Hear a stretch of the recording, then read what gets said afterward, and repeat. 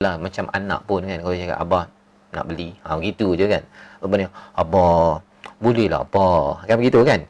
Bila makin khusyuk, makin memberi kesan, itu baru pada abah, belum lagi kepada Allah. Makin khusyuk, makin kita menjadi apa? Kalau dalam ayat 186 surah Al-Baqarah itu, wa idza sa'alaka ibadi anni fa inni qarib. Dan apabila hamba tu maksudnya apa? Dia mesti rasa merintih, dia rasa rendah diri, dia rasa saya perlukan pertolongan. Yang itulah kaedah yang disampaikan oleh Nabi Zakaria dalam surah Maryam. Kalau tuan-tuan nak tengok surah Maryam itu, kita tengok sekejap ya. Surah yang ke 19. Okay.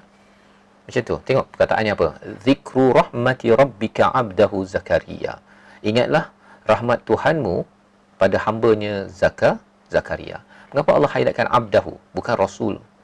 Ya, bukan rasul lahu. Ya. Kerana hamba itu dia merintih.